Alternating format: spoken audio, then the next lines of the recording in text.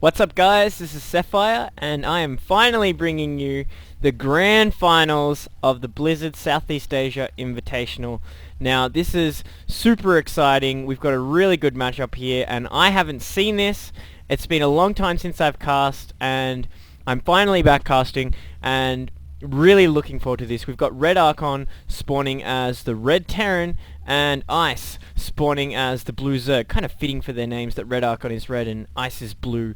But really looking forward to this match because Ice has just played so well throughout the tournament and he is the stormtrooper who just crusaded his way through the top brackets. He beat Fenneth. He beat RedArchon in the early rounds. He beat Renson. He beat Oxygen.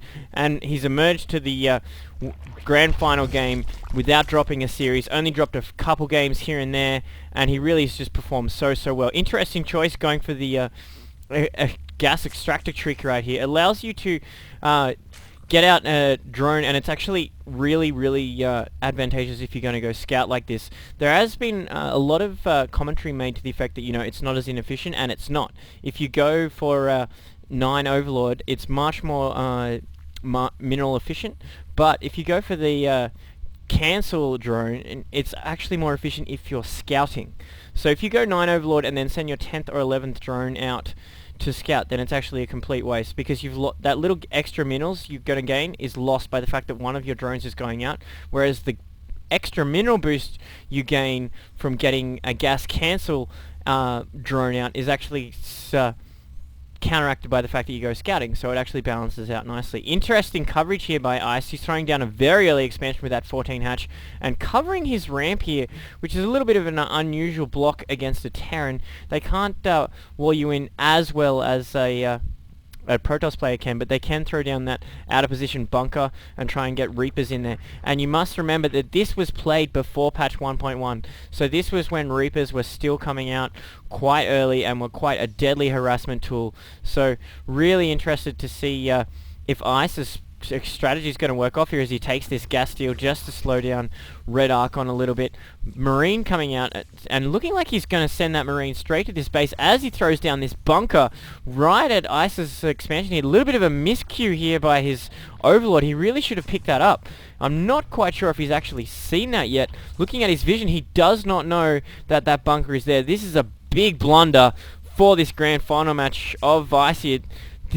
Bunker is finished. Marine actually is going to be able to run and just sit in that bunker. It's really bad situation for Ice, who's only just now getting his spawning pool finishing. This bunker is going to go unaided into this this Marine's going to get into this bunker unaided, looking like he's going to pick off the scouting drone. This is really bad news for Ice. He's really falling quite a bit behind from this harassment, and I'm not sure how he's going to react, and looking like RedArchon is just going to defense up, continuing to stream units across, completely ignoring this gas steal that's going on right now as he tries to just work on this base.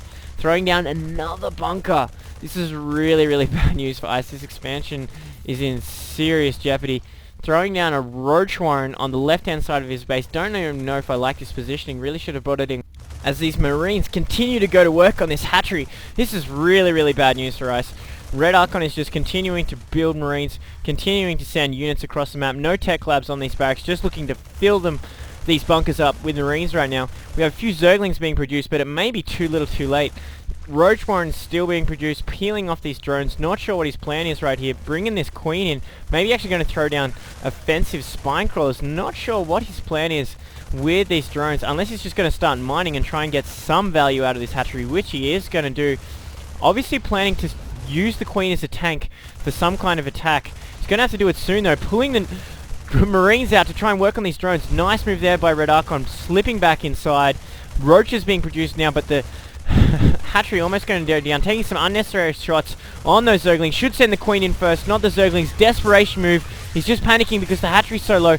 Zerglings being absolutely shredded by these bunkers, and the Marines just going to work. This first bunker is about at half, working on these roaches. One roach about to go down. More roaches joining the fray. And RedArchon is really doing nice damage here. The creep means that there's no more bunkers going to be able to put in proximity, but it might be too late for Ice at this point. Looking like he's going to lose the hatchery. Somehow manages to claw that through. Fills his second bunker back up.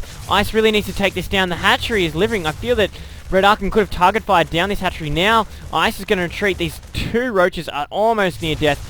Some focus fire on these roaches will take them out so fast, but looking like the bunker is being worked on. The Queen going to work now. RedArchon target fires the roaches, target fires the Zerglings. Now he's going to work on the Queen, but it looks like the bunker's going to go down. Just these two Marines left, so he's going to miraculously save the hatchery, but he's just invested so much to try and stop it. This Marine is not long for this word. You are going to be chased down, and you are going to be a pile of bones very shortly, buddy. But looking like these SCVs pulling back as we see this starport going up. Finally, Zergling speed being researched. Ice has just been delayed so much. And if we look at the harvester count right now, it's 23 to 13. Massive advantage to RedArchon. And Ice was just forced to produce so many units and lost so many units and so far behind. And this hatchery is incredibly vulnerable. Might be a little bit of nerves here getting to Ice, who's just been a mechanic throughout this tournament. He's just been playing such really great micro and macro, executing so well.